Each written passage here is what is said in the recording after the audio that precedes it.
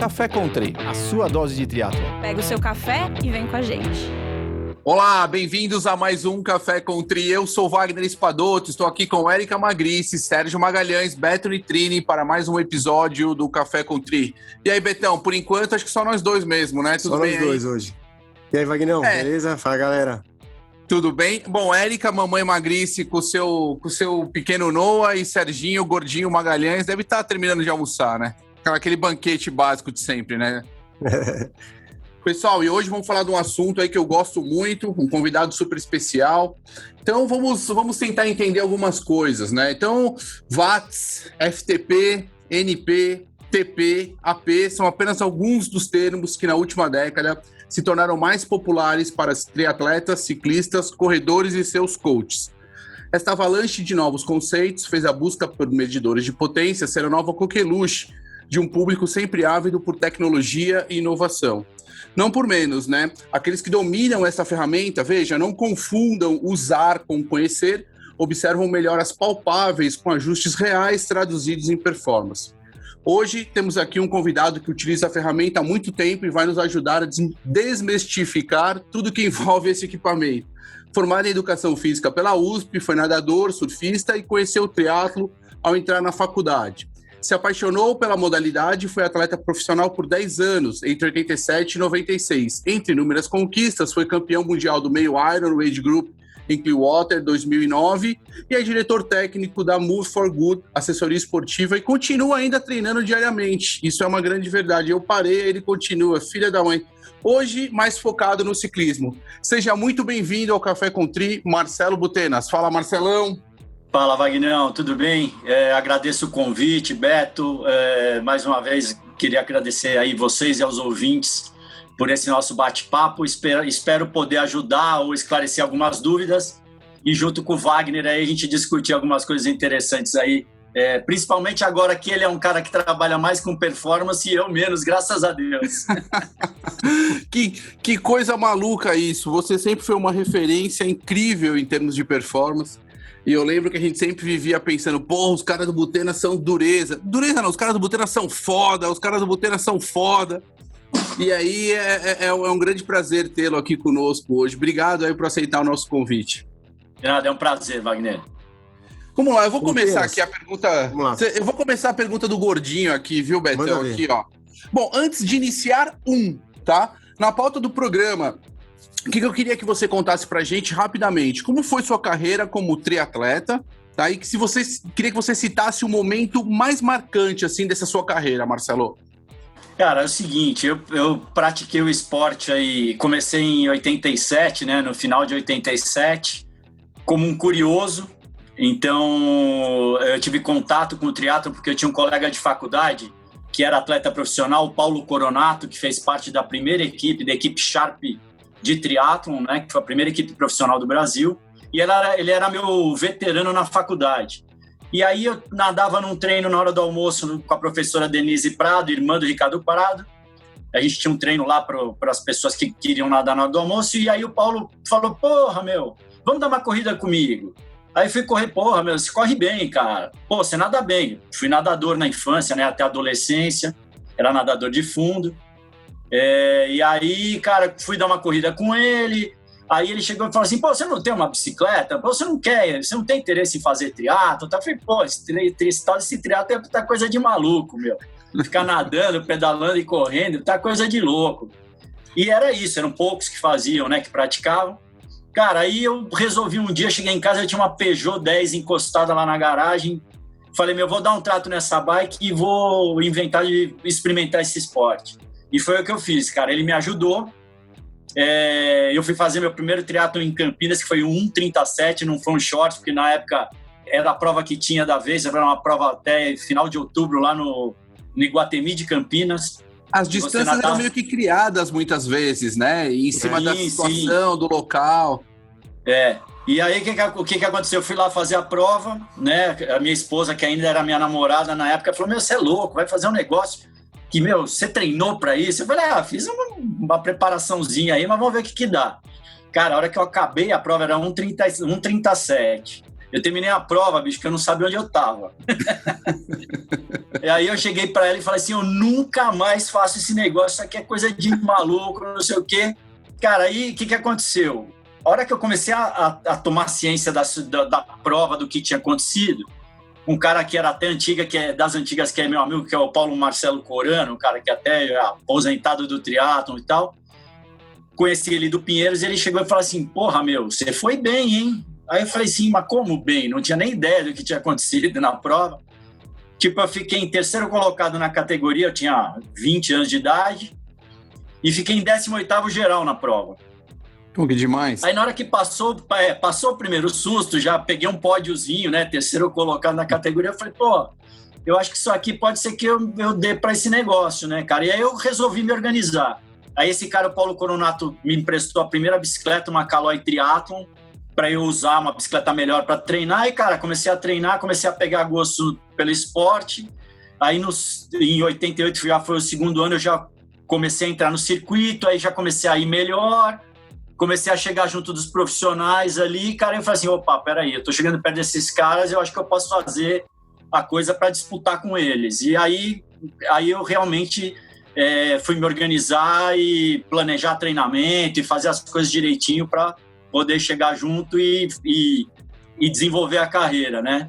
E assim, você fala um momento marcante, cara, foi tanta coisa bacana que eu passei nesse esporte, meu, na época que eu fui profissional, e que assim, depois também, até por uma questão de solicitação dos alunos, os alunos gostam às vezes que você esteja na ativa, fazendo prova, sofrendo na pele o que eles estão sofrendo também.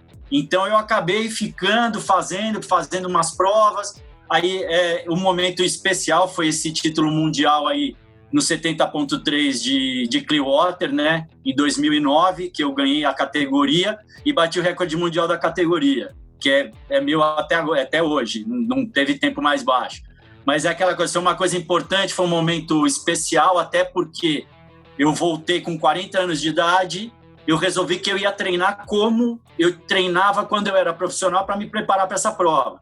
Aí eu estudei os adversários, eu sabia todos que estavam na prova, qual era o ponto fraco e forte de cada um, onde eu podia ganhar a prova, e foi o que eu acabei fazendo. Mas aí eu falei, não, isso aqui já fui pelo ano passado, não dá para fazer mais.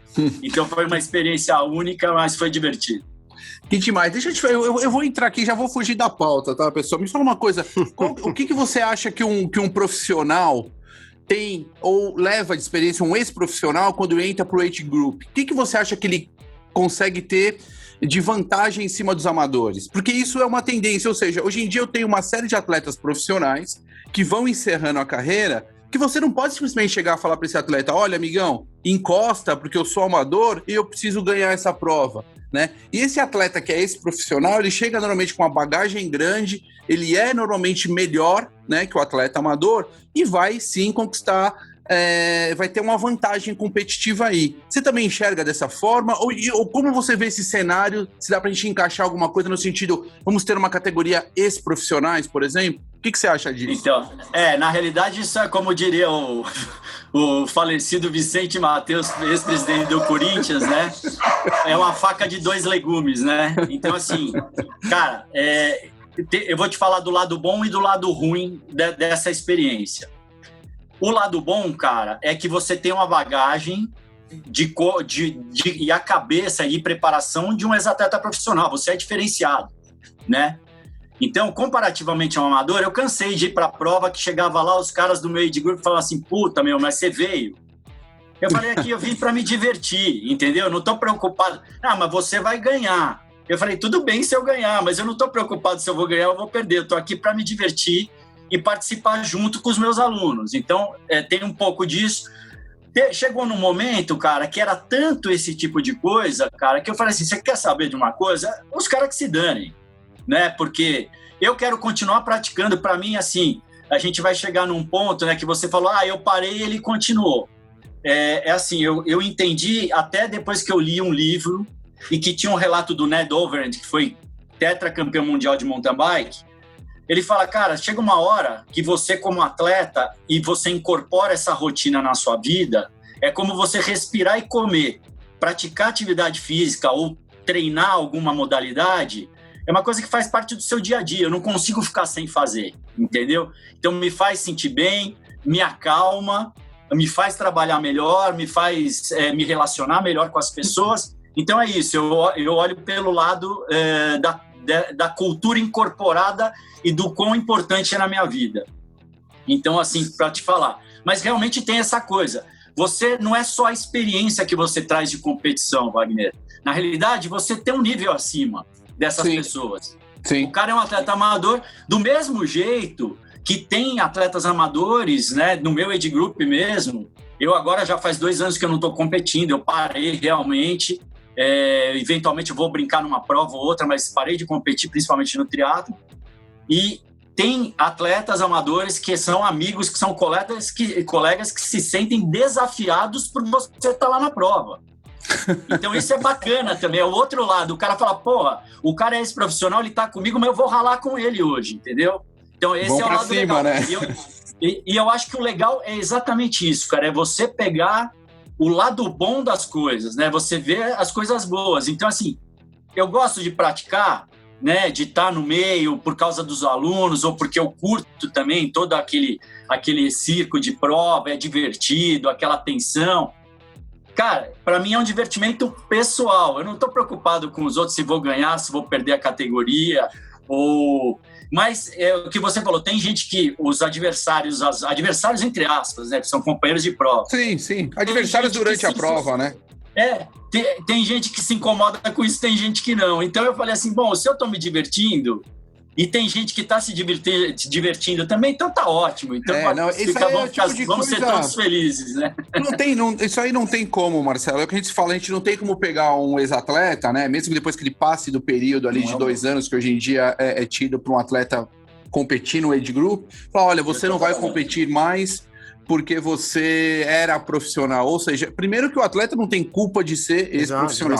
Segundo, que ele você vai aposentar o atleta porque ele, ou seja, não faz o menor sentido. E aí, Wagner, existe uma regra para isso, não é que eu resolvo. Existe uma regra que você tem que ficar pelo menos 12 meses sem competir como um profissional para poder retornar como um amador. Isso é uma regra, é a regra da ITU, né, que é seguida pela maioria dos organizadores. Então, quer dizer, 2 anos no Ironman, inclusive. Exatamente. Na ITU profissional mesmo, 1540-10 são 2 anos também, são 24 meses. Que até é engraçado, vou citar o caso de um grande amigo meu, que o cara não larga o osso até hoje, que é o Mansur, cara. O Mansur continua ali brincando como profissional, porque ele falou, você acha que eu vou aguentar ficar 2 anos esperando para poder voltar para fazer prova? Ele falou, bicho, eu vou ficar louco, né, cara? Então ele falou, eu vou levando aqui do jeito que tá bom e eu tô me divertindo, então é isso que eu te falei. E o pior é que ele tá ganhando. O pior isso é outro problema. Isso já é outro problema. Isso é um outro problema. E aí eu vou continuar, e já para entrar aqui nessa brincadeira, antes de a gente iniciar 2, eu quero saber o seguinte, frequência, percepção de esforço ou potência? E por quê? Agora é com você, Marcelo. Agora é o seguinte, são os 3, a gente vai usar os 3, Vagnão. E você... Pode escolher um. Você escolhe, o ideal é você usar os 3. Se você não tem a possibilidade de usar os 3, você vai ter que usar, né, Érica, a ferramenta que você tem. Então, se eu tenho um monitor cardíaco, perfeito. O senhor já está em cima do muro. Ô Betão. Não. Marcelo, eu quero no meio, assim, ó. O que é melhor? Eu vou perguntar de novo. Frequência, percepção, potência e por quê? Te vira, velhão. Os 3. Então, eu vou falar, por exemplo, o que eu uso com os meus alunos. Primeiro, se você tem um medidor de potência, cara, a frequência cardíaca, ela está correlacionada com o esforço. Por quê? Aí nós vamos entrar num debate do teste de FTP, que é um assunto para a gente falar daqui a pouco. Mas o ideal é você fazer um teste ergoespirométrico, que é um teste de potência aeróbia máxima. Esse teste, o que ele vai te dar?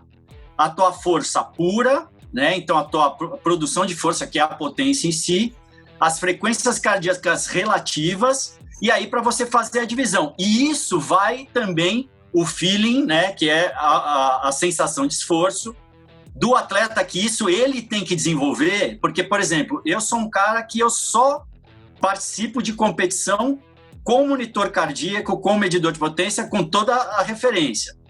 E às vezes, raras as exceções, eu fiz a prova no feeling, mas eu várias vezes treinei no feeling para saber se estava dando certo e não estava olhando o equipamento, entendeu? Então, assim, são coisas que caminham juntas, eu acho que é importante. O feeling do atleta, ele tem que saber onde ele está. O segundo são a referência fisiológica dele e a referência física dele, que é a parte física, a parte de força, de velocidade de movimento, que isso o medidor vai te referenciar, e a tua parte fisiológica, a frequência cardíaca que vai dar, né? Mas as três coisas andam sempre juntas. E aí é que eu falei para vocês, na hora de escolher um, você vai escolher o que você tem acesso, porque muitas pessoas não têm acesso ao equipamento.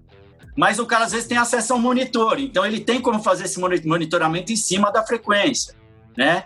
E a sensação de esforço, que é a coisa, que é o feeling do cara, isso aí ele tem que desenvolver, não tem jeito. E a gente, é nosso papel, né, como treinadores, ajudar o atleta a referenciar isso com esse esforço referencial de sentimento de desgaste, né? O Tenaz, e para deixar bem claro para todo mundo, para que serve o medidor de potência?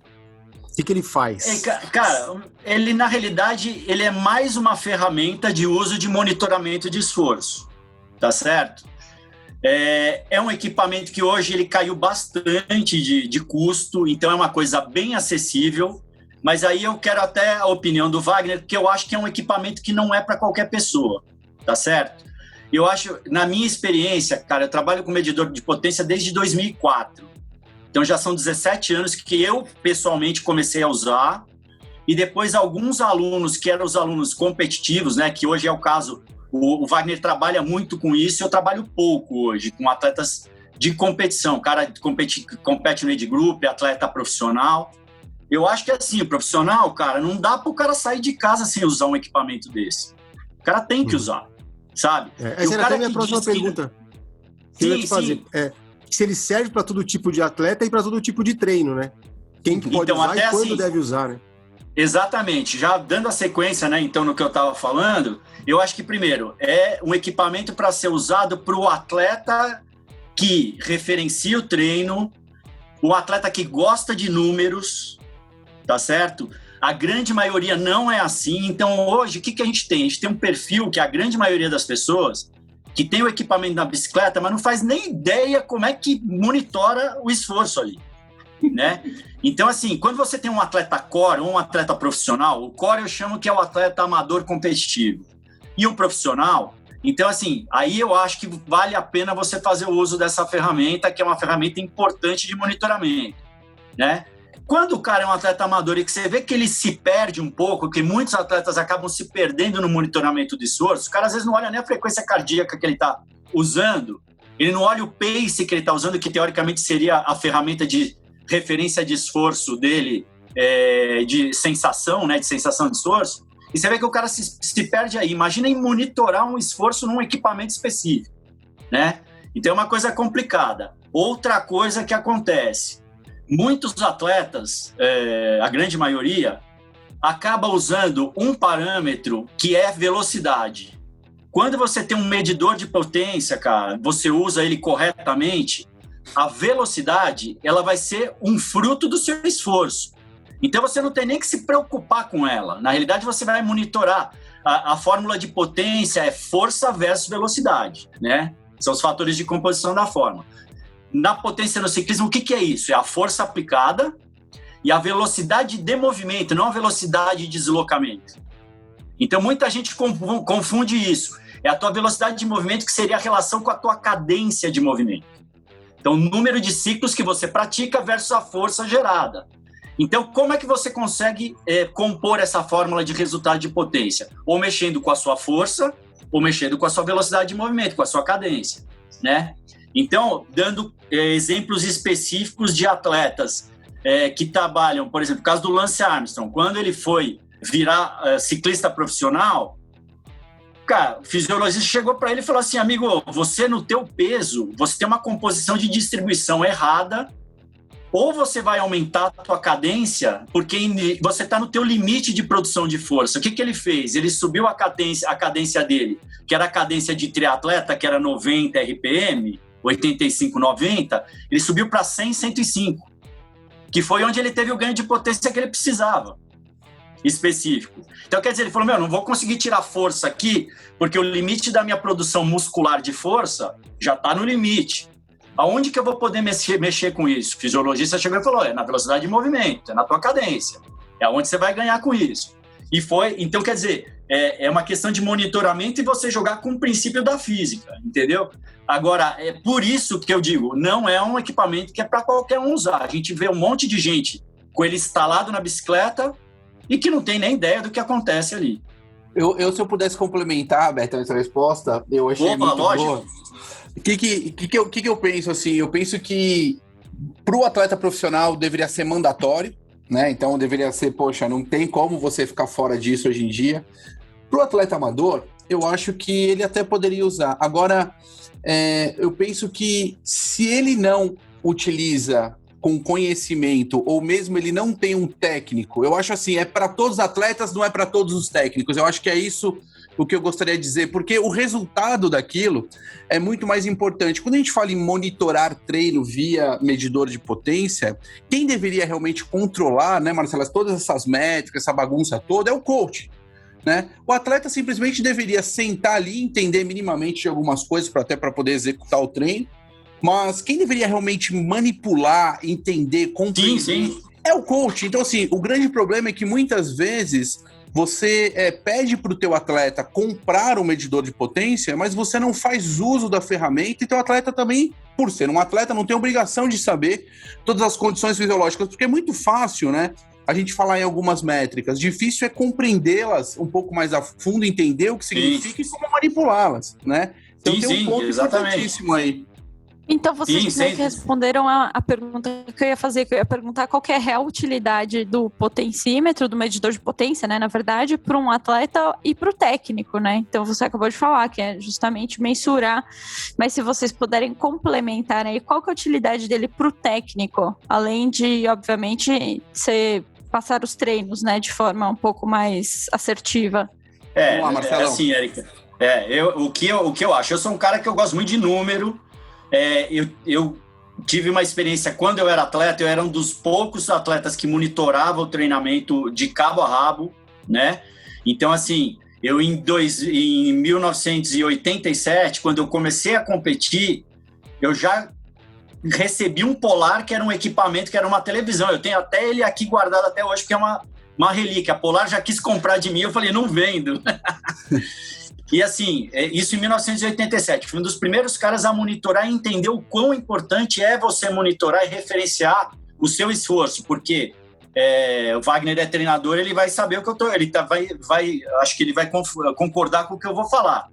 É uma ciência, entendeu? Então, quando eu ouço, me deixa maluco ouvir atleta e treinadores que falam assim, não, mas você vai chegar lá e vai fazer o que você puder de melhor na hora. Fala, não, essa coisa a gente trabalha na área de biomédicas, né? Então, com treinamento em cima de funcionamento do organismo, só que existe uma matemática no funcionamento disso. E aí estão as nossas referências. Então, como eu falei, é a aplicação da física no monitoramento do treino, né?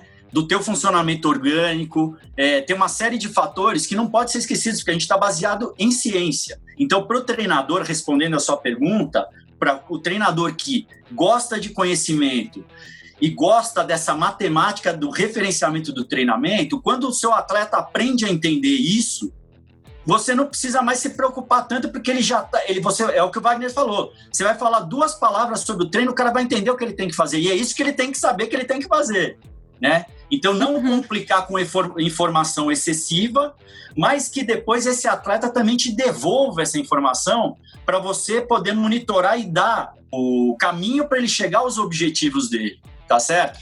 Então, o que acontece? Não, eu quero fazer um 70.3 para 5 horas. Aí você pega lá, você não conhece o atleta, você pega um teste, um ergospirométrico do cara, o cara tem um VO2X abaixo de 50, você fala, pode ser que esse cara não consiga. Uhum. Ou ele está no limite de conseguir ou não. E é duro, às vezes, você chegar para um atleta e falar assim, pode ser que você não consiga. entendeu? Então, tem cara que não vai conseguir nunca e tem cara que você vai falar que vai conseguir porque existe essa possibilidade. Só que tem muito treinador que fala que todo mundo vai conseguir e isso é mentira, né? A gente tem esses parâmetros científicos para explicar isso. Aí o atleta acaba se frustrando e a culpa é nossa, do cara que transmitiu a informação errada. Porque a matemática é simples, entendeu? E já pegando o gancho nessa sua resposta, então hoje em dia tem muito, né, métricas, tem aplicativos, tem um monte de coisa, um monte de nomenclatura, e é quase obrigatório, assim, meio que todo mundo saber sobre isso. E vocês como coaches, que já trabalham com isso há bastante tempo, tanto Wagner quanto você, como que você especificamente faz para se atualizar e manter seu conhecimento em dia? Porque, como você mesmo falou, não é uma ciência também, né? Tem matemática por trás. Sim. Então, precisa estudar. Tem informação que acho que até hoje chega informações novas, né? Sim, então, na nossa área, na área de biomedicina, na área biomédica, que eu incluo medicina, fisioterapia, nutrição, educação física, você tem o tempo inteiro novas informações aparecendo para aprimorar informações já fundamentadas e, às vezes, trazendo novas opções de caminhos para você chegar a um mesmo objetivo. Então, isso é uma coisa que é importante, da gente entender que uma coisa não invalida a outra. A ciência é assim, né? Então, não, eu falo que é alho e o Wagner está falando que é cebola, mas no final das contas vai dar uma mistura vai dar um tempero de alho com cebola, você está entendendo? Então, isso falando no palavreado mais acessível, mas na realidade é isso, Érica. Você tem que, quando você estuda e se atualiza sobre a informação que você trabalha, sobre o seu trabalho, e na nossa área isso é constante, você tem que estar o tempo inteiro buscando informação. Então, hoje você tem sites científicos que publicam trabalhos específicos, a própria UCI tem uma área específica dela que fala, a WTC também ela tem a universidade do Ironman, né, entre aspas, que eles oferecem cursos, eles oferecem informação. Então a informação está aí, ela está aparecendo e quem quer vai atrás, quem gosta, né? Porque tem gente que é acomodada e vende um peixe que às vezes ela não sabe nem como é que trabalha com aquilo, mas diz que trabalha, né? Então vende um peixe que não pescou, vende um peixe que não pescou. Exatamente. Então, a gente estudar vê dá muito trabalho, né? Fazer curso dá trabalho, entre aspas, né? Vocês não entendem.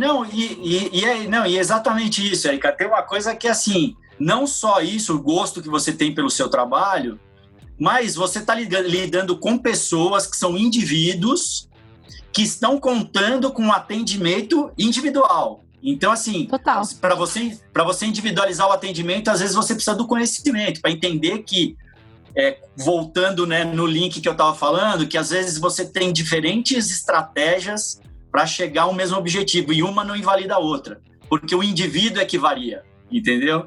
Então, isso é uma coisa que é interessante. Antes eu tinha a minha metodologia de trabalho.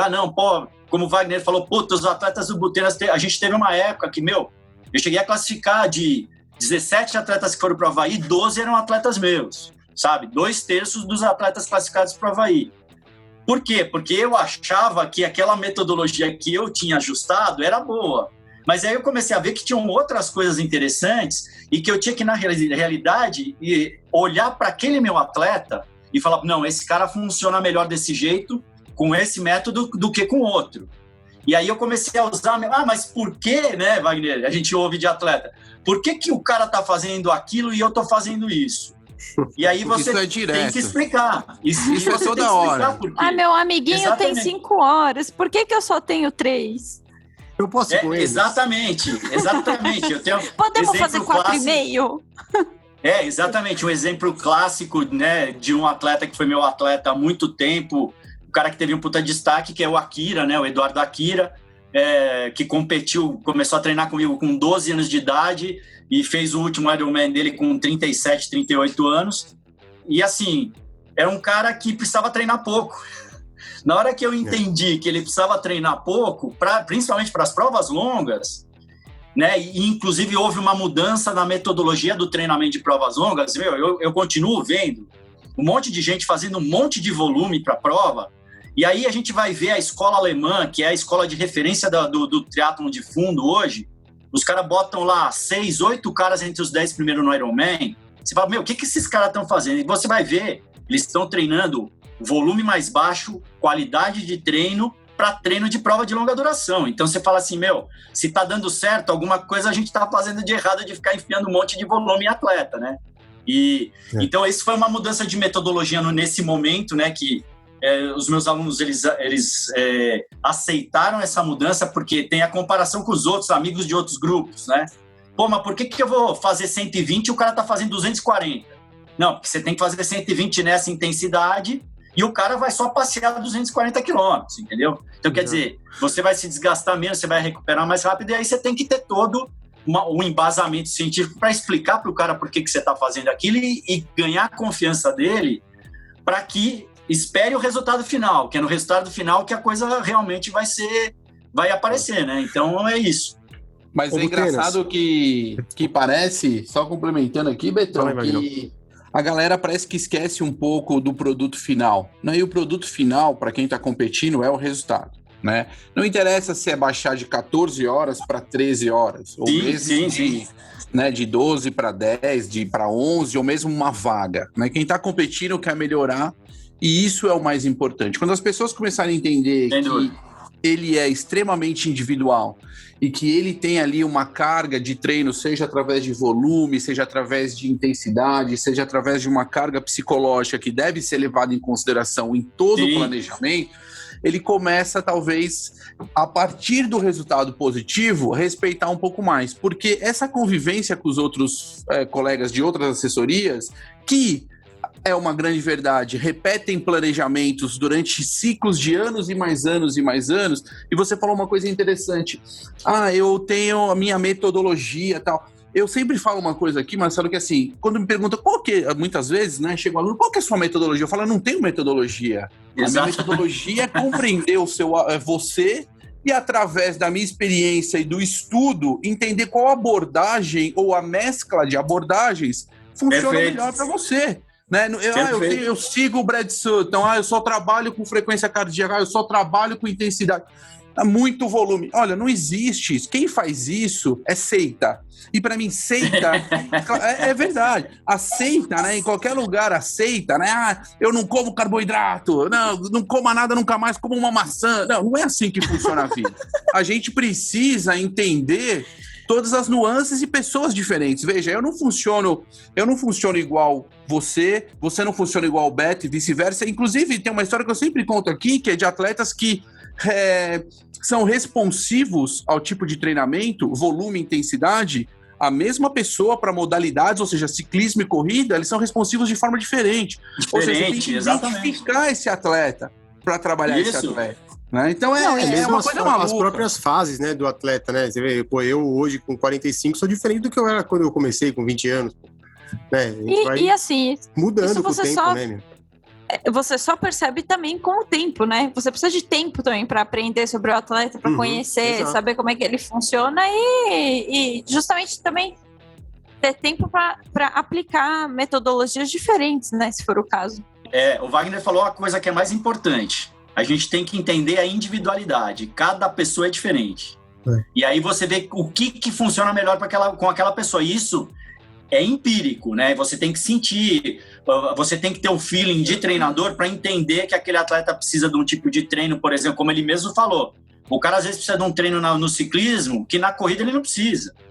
E aí que está a inteligência do negócio, você fazer a pessoa confiar que você está realmente vendo ela como um indivíduo, não como mais um ingrediente num bolo, né? Então isso é muito importante. Aí, o que você falou de experiência, Érica, só complementando, a experiência, o que acontece? O ser humano, por natureza, é imediatista. E a gente trabalha com um esporte que não é imediatista. A gente sabe que aí são entre 5 e 7 anos de base subsequente, de periodizações subsequentes, ano a ano, para o cara chegar no melhor da performance dele. Então, de 5 a 7 anos. De treinamento consistente, né? Quantas pessoas que a gente vê hoje em dia treinando 5, 7 anos consistentemente, né? Então, sem esses altos e baixos aí. Exatamente. Então, isso é uma coisa que é importante. Tem gente que não tem a paciência de esperar o período que é o período necessário para você carregar o esporte depois pro resto da sua vida. O Beto tá aí, pô, eu conheço o Beto desde moleque, meu. Né, Betão?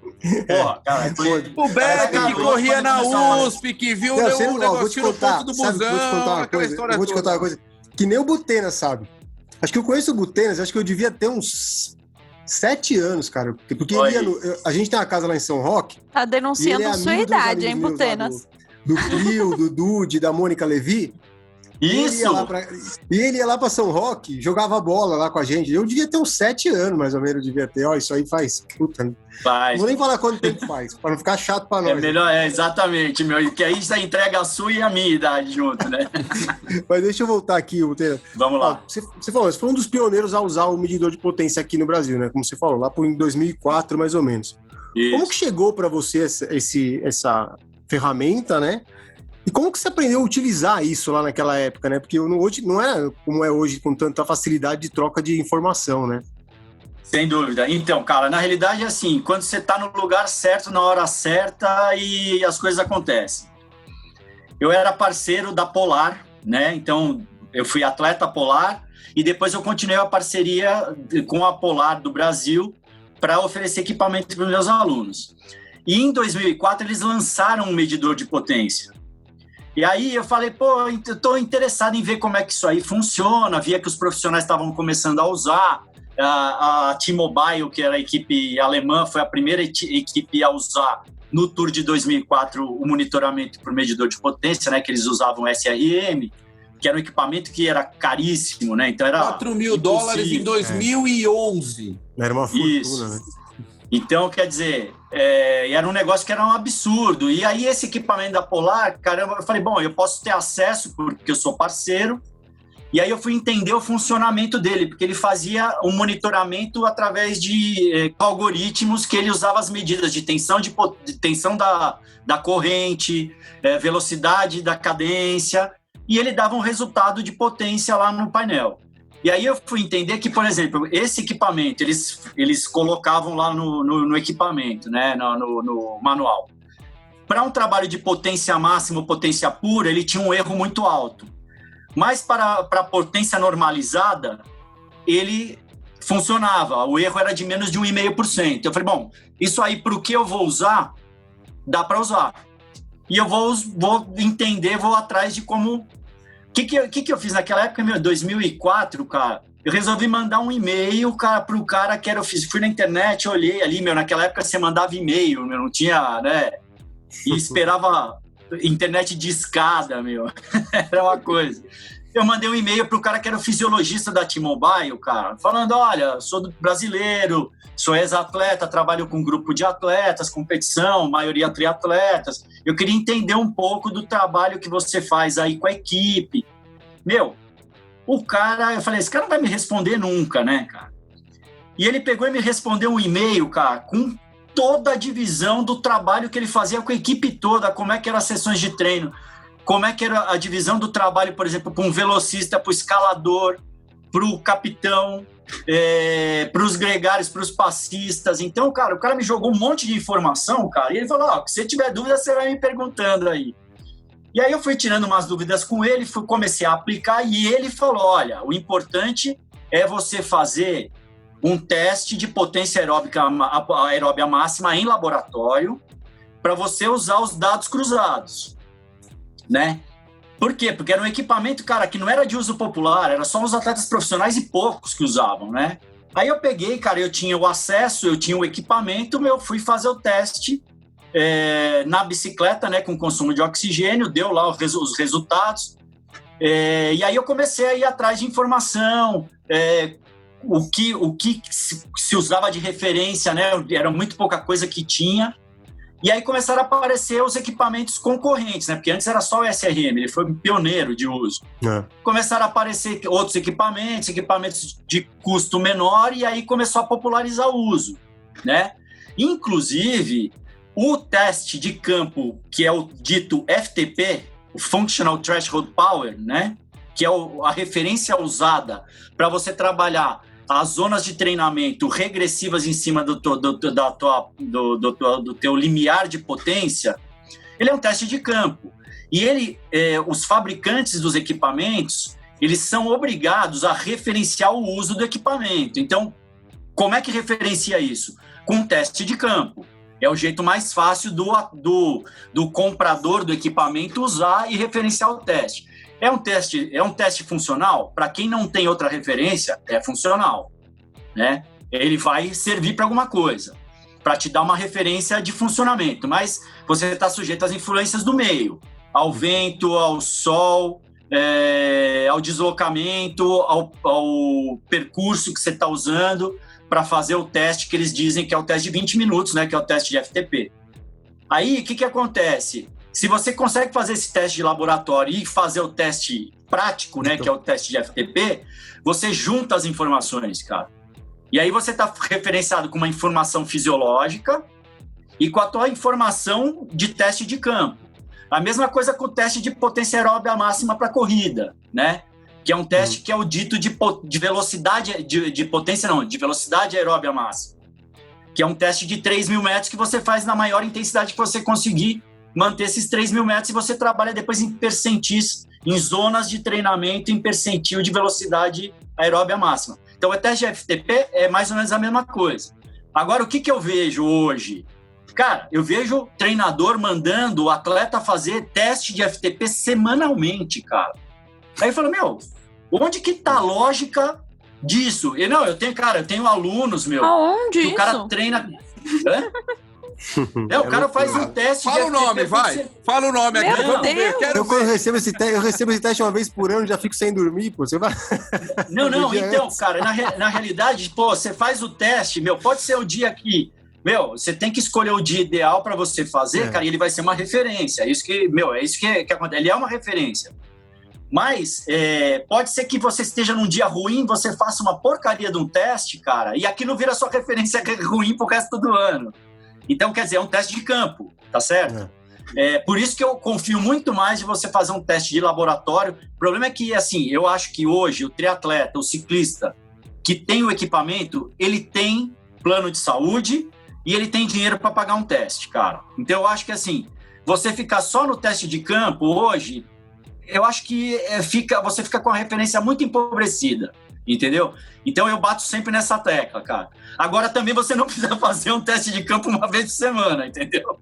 Que também aí você deixa o cara maluco, né? Porque numa semana ele faz o teste bem, na outra ele faz uma porcaria e fala, eu tô fazendo um treino que tá me piorando. E não é nada disso, né? Tem uns pontos aí, Marcelo, que eu acho que é legal a gente falar. Você tem diversas formas de detectar o limiar do atleta, não necessariamente com o teste de FTP.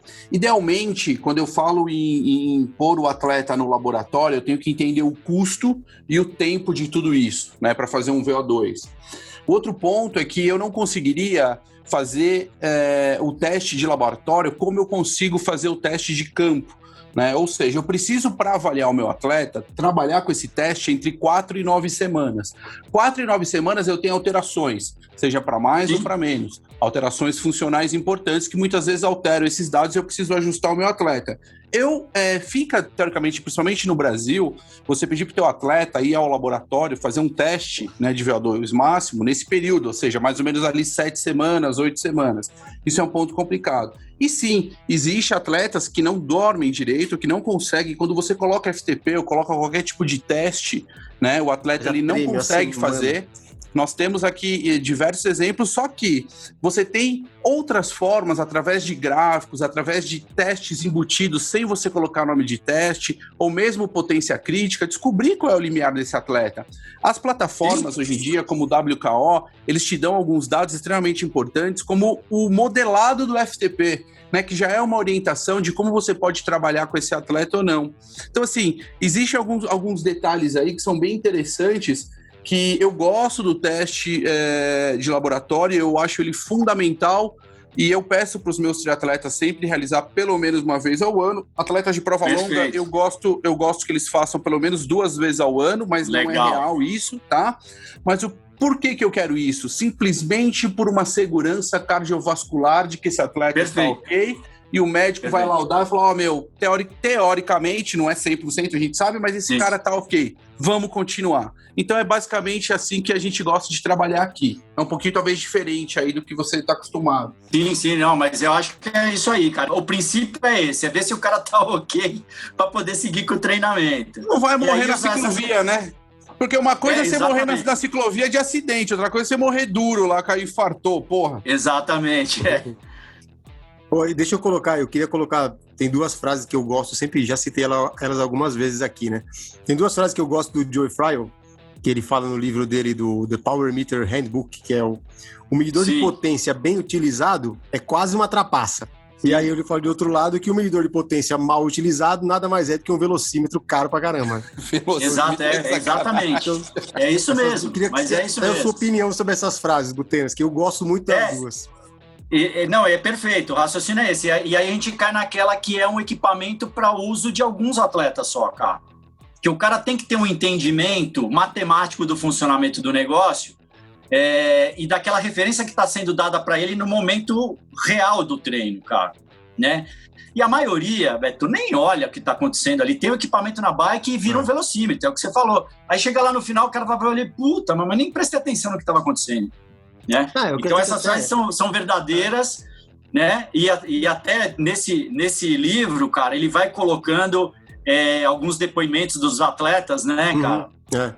O medidor de potência, assim, ele tem até, a gente vê aí, aqui em São Paulo você vê, na ciclovia, na USP, a galera no pelotão, treinando todo mundo junto ali, trocando ideia, batendo papo e tal. Então, até eu pergunto para vocês dois, faz sentido você ter um medidor de potência para fazer o treino com a galera social ali? Porque a impressão que eu tenho, assim, pelo menos eu, quando eu comprei meu medidor de potência, meus treinos passaram a ser 90% deles sozinho. Porque não dá pra você treinar com a galera. Você tem o treino lá, pô. Tu vai ter um treino que você vai fazer lá 3 horas e meia girando, aí você vai com a galera, bate papo e tal. Mas o resto é ser meio antissocial, né? Exatamente, mas é isso, né, cara? Você é um atleta core. Você é um cara que compete na tua categoria. Então você tem que entender que é assim que a coisa funciona. É um esporte individual que vai ter uma hora que você vai ter que fazer o treino por sua conta. A maioria dos treinos, né? Então, assim, tem treino que você vai passear com os amigos, você vai saber quais são. E tem treino que não vai acontecer. E é o que você falou, cara. É um equipamento, cara, muito rico. Só que bem utilizado. E não é todo mundo que é preparado para utilizar, entendeu? Então e pegando o gancho aí, quantos atletas e técnicos que realmente têm um medidor de potência, que tem esses dados, vocês acham que tiram 100% do que essa ferramenta oferece, sabe? Porque, cara, que nem o Beto falou, não adianta ter o potencímetro para fazer o treino do amiguinho, né? Então, assim... Mas é isso. É o que você falou, falando em números. Menos de 5% das pessoas que têm usam corretamente. Menos 5%. Então, quer dizer, 95% tem como é que chama? Um penduricalho na bicicleta. Exatamente. Porque às vezes a pessoa pode ter o potencímetro e o treinador não passa treino por potência, né? Tem esse gap também. Às vezes a pessoa quer fazer a análise sozinha. Exatamente. É uma coisa que não é simples, é uma coisa que é complicada de você usar, um equipamento complexo. Até Wagner, lembrando de uma experiência nesse Mundial de 2009, em Clearwater, o Fabinho Carvalho, cara, que foi meu atleta, que foi um dos melhores atletas de Ironman que a gente já teve no Brasil. Cara, o dia que ele chegou pra mim e olhou, falou assim, porra, mas o que é esse equipamento que você tem na bicicleta? Isso em 2009, cara, o cara já era profissional há muitos anos. E falei, cara, um medidor de potência, eu uso já há 5 anos. Porra, mas eu nem, cara, sabia que isso aí era bom pra gente usar. Aí comecei a conversar com ele. Ele deu um salto de 2009 para 2010. Aí depois ele já estava em fim de carreira e foi que ele começou a usar e a referenciar os treinos. O cara virou um bicho na bicicleta, cara. Né? É bizarro. Então é isso. Você vê, o próprio profissional não sabia a ferramenta que ele tinha importante na mão para poder usar. Né? E aí Érica, começou a usar e começou a ver que era importante. Exatamente isso. Érica, respondendo a sua pergunta, eu vou te dizer uma coisa.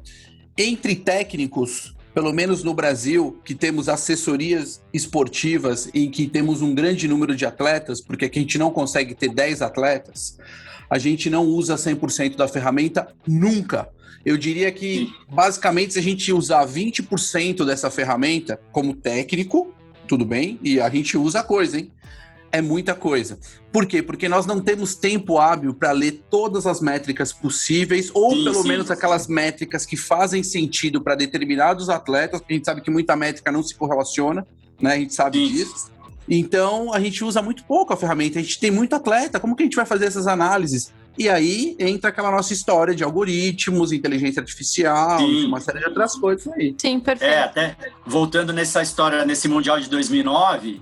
eu tava com 42 anos de idade e eu treinei, eu falei, vou me colocar como profissional, vou treinar como eu treinava quando eu era profissional para competir essa prova, um campeonato mundial. Então eu tava falando pro Wagner, né, que aí você entrou depois. Eu estudei os adversários, quem que ia estar na prova, qual que era o ponto forte de um, de outro, treinava com medidor de potência e eu falei, vai chegar lá na hora da prova, vou usar essa referência. O que aconteceu? Quando eu cheguei na prova e eu comecei a pedalar, eu tinha os meus dados de referência. Aí eu falava assim, mas eu tô gerando um trabalho aqui e a minha frequência cardíaca, que é a minha parte fisiológica, tá aquém desse trabalho. Então, será que eu vou ficar no trabalho, no trabalho mecânico, né, que é a potência, ou eu vou jogar também com esse dado fisiológico? Eu falei, não, eu vou jogar com os dois. E aí eu joguei com os dois. Assim, o meu plano de prova mudou tanto que eu fiz uma diferença no ciclismo muito melhor. Eu fiz o ciclismo 7 minutos melhor do que eu iria fazer se eu tivesse preso numa única referência. Você está entendendo? Então, sim, quer dizer, é porque por isso que é importante você ter a inteligência do uso dos dados. E o teu atleta na hora, ele vai estar sozinho. Você não vai poder chegar para ele e falar, presta atenção, não tá com o rádio, né? Não é que nem assim... Tem um exemplo importante desse uso do medidor que a gente viu agora foi no Giro de Itália. No Giro de Itália do ano passado, que o Pogacar ganhou. Né? O menino de 19 anos de idade. Tem uma cena que, se vocês procurarem, ele vence o Roglic numa etapa de montanha, que ele ataca... o Pogacar, né? O Pogacar? É, isso. Chama Pogacar. E ele faz um ataque que você vê que ele começa a apertar o botão do computador dele, porque o que ele estava procurando? Nenhum atleta usa a potência máxima, porque numa prova você não vai usar a potência máxima. E ele ficava procurando ali, você via que ele estava editando, chega uma hora que ele acha a tela, ele começa a arrancar na subida, porque ele fala, eu vou dar meu máximo para ganhar. Entendeu? Ele está indo numa referência física, né, não fisiológica, de esforço. Ele sabia até onde ele podia ir pelo monitor dele, né? Então tem um monte de gente que fala assim, não, ele ganhou porque foi sorte. Foi sorte nada, ele sabia o que ele estava fazendo e na dúvida... dúvida... Eu tenho uma sorte também que eu vou te falar, viu? Você vê que ele procura o dado ali na hora de arrancar para cima do adversário dele, né? E ele fala, não, eu preciso tirar o meu máximo aqui. E é louco isso, de você ver como hoje, mais do que nunca, e principalmente no ciclismo, os caras usam monitoramento de potência o tempo todo. Eu não consigo me imaginar treinando mais sem potência, né? Eu acho difícil. Alguém que começa treinando com potência, você simplesmente abandonar, né, Beto? Imagina você sem seu medidor. É muito ruim. Isso também não quer dizer que a gente é totalmente dependente, né? Que eu acho que é esse o caso. A gente não é dependente do medidor de potência, mas é muito legal ter aquele número e poder, de fato, associar ele com a sua percepção de esforço, com a sua frequência cardíaca, com a sua sensação aquele dia e etc. E outra, mas, Érica, isso aí é uma coisa muito engraçada, Marcelo, porque é o seguinte, o que acontece? Quem não usa, quem não sabe usar, critica quem sabe usar. E um dos argumentos é falar assim, eu sou raiz, ou eu só trabalho com old school, Gente, isso aí você pergunta pro cidadão assim, tá bom, você é old school? Me fala se você tá com um Nokia azulzinho aí com o joguinho da cobrinha no bolso. Você não tá. Você tá com teu iPhone zerinho, né? Teu carro é um Fusca? Não é, né? Então você não é old school. A tua bike não é old school, você não anda com uma Caloi 10. né? Você não anda com uma mão gosta, você não anda. Então, eu fico pensando o quanto isso é complicado, muitas vezes, de a gente colocar e falar para pessoas, olha, existem outras métricas. E entrando nesse lance das métricas, Marcelo, eu queria saber o seguinte, todo mundo fala do FTP, do IF, do NP, do AP, watts por quilo, NP, né, e a relação de frequência cardíaca, e WBOL. Eu queria saber o seguinte, qual o significado dessas métricas? Você domina isso também, Marcelo? Como é que é? Cara, assim... O FTP ele já falou aí, hein? Agora a gente está falando do conceito, né? Qual é o conceito? O conceito efetivamente de tudo isso. Então, na realidade, é exatamente o que você está falando, Vagnão. Cara, você tem que tentar facilitar o uso do equipamento, que é um equipamento complicado de monitoramento, não é simples, para o atleta que é um leigo. Né? Então, na realidade, você acaba usando aqueles dados que você sempre acaba usando, que vão dar o resultado de potência. Então, assim, é a potência normalizada, é a potência gerada imediata ali, né, a cada 3 segundos, que é onde o cara consegue manter uma média de trabalho. Então, você tem que dar uma facilitada para o sujeito. E é isso que é o nosso trabalho, no final das contas, né? Porque, você também não tá com um matemático ali na hora de um esforço físico. Estatístico. Um estatístico e é um cara que tá, às vezes, em hipóxia, né, cara? Porque o cara tá num esforço físico que ele não tá conseguindo nem pensar direito. Então, assim, a gente tentar facilitar dentro do que nos atende e que o cara tenha um resultado, né, de usar esses dados e dele aprender a fazer o monitoramento pessoal durante uma prova, durante um treino, porque na prova vai ser assim. O Wagner não vai estar lá falando na orelha dele com um ponto no ouvido, olha... Não, o cara vai ter que estar olhando porque ele tem uma métrica que ele tem que seguir ali, né? Então, e nem a telemetria, né? Olhando ali os dados do atleta. Exatamente, cara. E aí, Butenas, o que esse cara vai estar olhando no Katai dele, né? No Garmin Edge dele? Quais no velocímetro de luxo. No velocímetro de luxo. Quais as métricas você sugere colocar lá no Garmin Edge, lá no visorzinho? Érica, eu vou te falar uma coisa. Eu que sou cego, primeiro que eu uso um computador. Coloca só duas, porque tem que ficar grandão. Só pode 3 campos, né? Pra ficar bem grande. Exatamente. Então, quer dizer, o que eu acabo usando? A potência gerada, a potência imediata ali, né? Que é a potência média que você tem que manter ali de produção de trabalho. A 30 cadência, segundos, 10 segundos ou 5 segundos? 3 segundos. A leitura a cada 3 segundos, porque aí você tem o dado real, né? Uhum. Aí eu uso a frequência cardíaca, né? E a cadência. São os 3 dados que eu ponho na minha tela ali. Primeiro, para ganhar como é que chama? Espaços de tela, que o número vai ficar maior e eu vou conseguir enxergar. E aí tem uma coisa boa, Wagner, que agora o campo lançaram um aplicativo pro Garmin, cara, que ele deixa o campo de cor da faixa de potência, da zona de potência. Então agora eu só vejo a cor e eu sei que tá certo. Melhorou pra nós, facilitou pros velhos. Exatamente, cara. Mas eu nem ponho velocidade média, eu nem sei. O resultado são em cima desses 3 dados, que é o dado fisiológico e o dado físico, né? Que é a produção de trabalho. Então, eu ponho lá no meu computador. Então, quer dizer, o que você for fazer mantendo proposta de um treino ou a tua proposta de competição, você seguindo esses dados aí, você vai estar referenciado, né? E aí, Wagner, e tem aquela coisa, quando você começa realmente a prestar atenção no equipamento, tem aquele dia que você não tá com vontade, mas você fala, puta, eu tenho que fazer, né? E é aí que você estabelece a tua média fisiológica, né? Fisiológica e física mesmo. Porque tem dia que você não tá afim, você vai ter que fazer. É a mental. É a mental, exatamente. Exatamente, cara. E você prepara a tua cabeça para falar, não, eu tenho que ir nesse trabalho. Não tô focado, mas vou ter que arrumar foco. Existe uma pergunta que eu sempre gosto de fazer, eu sempre falo para eles em treino, né? Porque essa história de treino ruim, não tava bem, tá bom, faz parte, a gente sabe disso. Mas a pergunta que você tem que ter, principalmente em grandes ciclos de preparação, nos momentos difíceis e se fosse na prova? Essa pergunta, e se fosse na prova, é o que vai te dar o mindset de que, caso aconteça algo na tua prova, você saiba lidar com essas situações. Assim, sua cabeça já vivenciou aquilo diversas vezes nos treinos, né? Ele tem ali como... E vai sofrer, né? Falar assim, eu quero performar e não quero sofrer, eu não sei se é xadrez, mentira, né? ou peteca, eu não sei como é que funciona. É verdade, você tem toda a razão, meu. É isso aí mesmo. Eriquitia, o Betão, você agora, né? Vamos fazer o momento, Betão?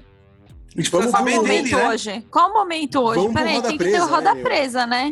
Esse tem. Esse Esse é roda presa pra cacete. Esse nosso convidado com tanta experiência vai ter um roda presa aí pra contar pra gente. Você sabe o que é o nosso momento roda presa? Explica aí, Betão. Não sei, vou saber agora. É pra você contar aquele mico que você já pagou, aquela gafe que você fez durante um treino, durante uma prova, aquela história que você... Aquela que você... Puta... Que você conta com vergonha mesmo, aquela que você fala, puta, essa aqui foi histórica mesmo. Pra contar um momento que você passou. Aquela que você fala que foi seu aluno, mas foi você, sabe? Quando você conta, você fala pra outra pessoa. Na realidade, eu tenho uma boa, cara. Num triatlon, na época do circuito do interior, que não existia a bicicleta contra-relógio ainda, a bicicleta contra-relógio era de ciclismo com roda menor, ou 26 ou 24. Nossa! E aí, cara, eu fui fazer uma prova em Limeira. E o que a gente fazia para ganhar um pouco mais de colocação em cima da bicicleta? E o clipe, na realidade, também era um clipe super pobrinho que a gente usava no começo, né? Cara, a gente virava o canote do banco para frente, fazia um calço e, cara, quebrou. Numa prova, quebrou a porcaria do parafuso por tensão do banco e eu pedalei, cara, um 1540-10 em Limeira, cara. Eu pedalei uns 30 quilômetros em pé, meu. Então eu sentava no quadro da bicicleta, no top tube, para descansar nas descidas, subia em pé, cara. Foi um sofrimento desgraçado, cara. Então, isso para correr depois... os 10 depois ficou bom, né? Não, ficou ótimo. Mas ainda bem que deu tudo certo. Eu ganhei a prova, mas foi uma coisa, cara, essa foi o maior mico que eu paguei, por quê? Vai gambiarra, né, meu? De que vigarista vai fazer uma gambiarra no banco da bike lá, explodiu tudo, saiu voando o banco com 10 km de prova. Eu falei, pô, eu não vou parar, eu vou tentar ir até onde der, cara. Puta, isso foi era o circuito do interior, da época do Vanderlei Zangelme, Wagner. Cara que organizava isso aí. Eu nem sei quem é. O Beto deve saber que o Beto é mais velho do que eu. Não, Vanderlei, eu lembro dessas provas. Então, cara, é o cara que fazia o circuito do interior, e, cara, a gente fazia as provas nos lugares... Era o Limeira, Porto Ferreira, né, que tinha prova. Sim, cara, vários lugares, meu. Era legal. Mas o maior mico é esse, cara. Tem que pedalar pé 30 quilômetros, sentava no quadro de ladinho pra não se machucar. Puta merda. No clube, nas descidas... E ainda corri completamente quadrado. Daí, acho que o segundo colocado estava numa distância que deu para manter, eu consegui vencer a prova. Mas perdi o banco, ainda depois tive que ir atrás de comprar um banco novo, porque o banco explodiu, sumiu, não sei nem onde foi parar. Deve ter matado alguém. Matou alguém na época. O banco matou alguém. O cara tá com o banco até hoje enfiado aqui no interior. Ô Marcelo, uma outra coisa que a gente queria saber, a gente tem um outro quadro aqui bem interessante, que eu particularmente gosto muito, que é nosso momento ídolos do Tri, né? Então a gente sempre pergunta pro nosso convidado, quem foi o seu ídolo? Pode ser um técnico, pode ser um outro atleta, pode ser da sua época, pode ser de agora. Quem é o seu ídolo? Internacional, pode ser nacional. Homem, mulher. Vamos lá. Magnão, cara, assim, eu um cara que é um grande amigo, cara, que sempre foi meu ídolo, foi um dos pioneiros no triatlon, foi o nosso único campeão mundial de triatlon, que é o Leandro Macedo, que é um amigo querido, cara. A gente é amigo até hoje, a gente se encontra nas provas, a gente se fala, às vezes a gente tá junto em algum lugar, a gente, junto com o Armando Barcelos, que é outro amigaço meu, foi um grande amigo que é da época do triatlo, competidor, mas o Leandro Macedo, para mim, cara, é o cara que para mim foi o primeiro brasileiro, o único brasileiro campeão mundial de triatlo, né, do circuito mundial, e foi o único cara na época a correr 10 km para 30 minutos que ninguém corria. Todo mundo corria para 32 e o filho da mãe corria para 30, cara. E aí hoje os caras correm para 27, né, meu? Mas a gente tá falando aí de um bom tempo atrás, né? A gente tá falando de 15, 20 anos atrás, né? Não, e cara, e você sabe o que eu acho o mais interessante, cara? A gente vê, por exemplo, que o triatlon no Brasil, ele ficou muito voltado só para prova longa, cara, e as provas olímpicas e provas curtas, cara, ficaram meio perdidas. Hoje a gente vai ver lá, pô, o cara ganha um short de triatlon com 1h01, cara. Sabe? Meu, era uma coisa... Era uma coisa imaginável, né? Ganhar alguma coisa com 1h01. Meu, exatamente. Pô, eu cheguei a fazer uma vez, cara, em Teobá, que eu acho que talvez seja o tempo mais rápido de prova short de triatlo, 50 minutos e 24 segundos, cara. 50 minutos, são 10 minutos, 11 minutos a menos, meu. Então, assim, nível profissional, o Leandro Macedo ganhava a prova na época com 1h46, cara. E hoje os caras não conseguem fazer 1h50, meu. Então, quer dizer... mudou muito a referência, cara, e eu vejo que, inclusive, para os amadores, depois que eu parei de competir, eu continuei fazendo prova nos amadores, e tinha prova short, que, pô, eu sempre fui especialista em short, né, cara? Pô, eu chegava ali, raiava com os caras, com um cara profissional, e chegava junto com os caras, falei, alguma coisa tá bem errada aqui, né? Eu até hoje já, assim. Cara... Não, eu falei pro Wagner uma vez aqui. Eu já falei aqui uma vez, né? A gente tava comentando de provas. Eu lembro até hoje, eu fiz um short no Rio de Janeiro, que fiz 1:2:43, aquela prova do Troféu Brasil. Pô, fiquei em 12º na categoria. Exato, isso mesmo. Exato, meu. Os caras faziam exatamente categoria. 57, 56. Sim, cara, os caras que ganhavam a categoria ganhavam com isso. Então, quer dizer, houve uma... Teoricamente, eu não sei porque se parou de fazer ou se a nossa referência mesmo aqui mudou. Porque o que eu vejo, cara? Atletas meus, Wagner pode dizer a mesma coisa na experiência de treinador que ele tem. O cara é o rei da categoria aqui, vai pro Mundial, não chega nem entre os 30 primeiros, cara. Aí eu falo, meu, você tá só competindo aqui no triatlo aqui, você não tá indo pra fora fazer prova fora, pegar a referência de fora. Eu tô te dando a referência, cara, você tá acomodado. Então é isso. Eu acho, pessoalmente, que houve uma evolução em todas as distâncias, cara, né? Em relação a tempos de prova. Talvez até porque eu acho que o triatlon, ele teve uma época de ouro, que foi essa década de 90, cara, né?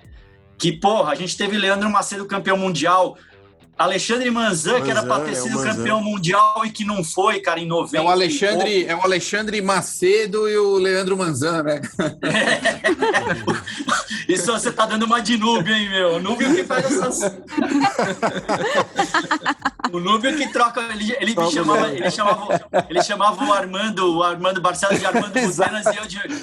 Marcelo Barcelos. Eu falei, meu, ele troca tudo. Mas é isso, porque uma época eu escutei o Leandro contando que eles trocavam, inclusive na rua, eles se encontravam e trocavam os nomes, porque, meu, falava, você que é o Leandro Manzan, né? Não, calma, eu sou o Leandro Macedo. E aí vai, né? Então, assim, cara, pô, a gente teve uma época de ouro do triatlon aí, que foi o começo dos anos 90 até meados dos anos 90, que, pô, a gente, tinha atletas de nível mundial, a gente ia para campeonato mundial, botava 3 atletas entre os 10 primeiros, né? Isso é uma coisa que parou de acontecer. Nosso último atleta, que foi um atleta competitivo, quem que foi nosso último atleta competitivo aí, cara? O Colucci? Olha, eu posso falar feminino, que é a Pamela. Não, sim, a Pamela sim, mas o masculino acho que foi o Colucci, o último cara que não se colocou tão bem como a Pamela, talvez... E o Messias agora, né? Agora tem o Messias vindo aí. Entendeu? Mas pra gente falar, cara, como a gente tem que fundamentar a performance, né? Exato. Nossos ídolos aqui, vou falar hoje para fechar, vou falar de um ídolo, de uma ídola que eu tive quando eu comecei, acho que muitas das pessoas aqui, muitos de nós aqui conhecemos, mas tem muita gente que não conhece, que é a Sandra Soldan.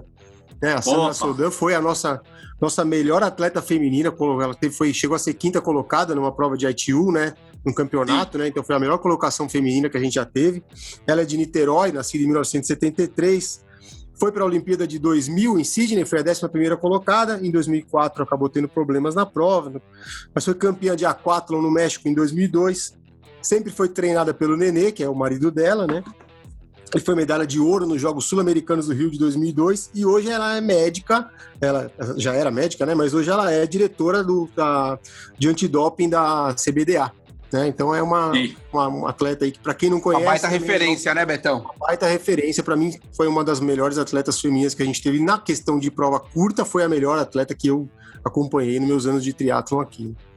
E cara, e não dá pra esquecer, cara, que ela era treinada pelo marido, né, meu? Carlos Nenê, cara, é um puta treinador, cara. O cara é campeão e é um cara super acessível, um cara muito legal, o cara continua fazendo um trabalho bem bacana ainda com atleta de competição. E aí, um beijo pros dois se eles estiverem ouvindo. Show. Eriquinha. Pessoal, obrigada. Butenas, muito obrigada por hoje. Foi sensacional o nosso episódio. Eu queria deixar aqui nossas redes sociais, se você quiser deixar suas redes sociais também para a galera te encontrar por lá. Mas o nosso é @Café com Triatlon lá no Instagram. Como é que é o seu arroba? Marcelo Butenas? @mbutenas. Butenas, olha lá. Butenas no Instagram. É com 2 T, Galera, Butenas? É com 2 T? Não, é com um T só. O Marcelo é aqui com 2 L's. Ah, moleque. E siga-nos também nas plataformas de podcast, streaming, Apple Podcasts, Google, Spotify, entre todas essas outras. Galera, muito obrigada. Valeu, pessoal. Um abraço, Marcelo. Um abraço grande. Valeu. Valeu! Obrigado. Café Country, a sua dose de triatlon. Pega o seu café e vem com a gente.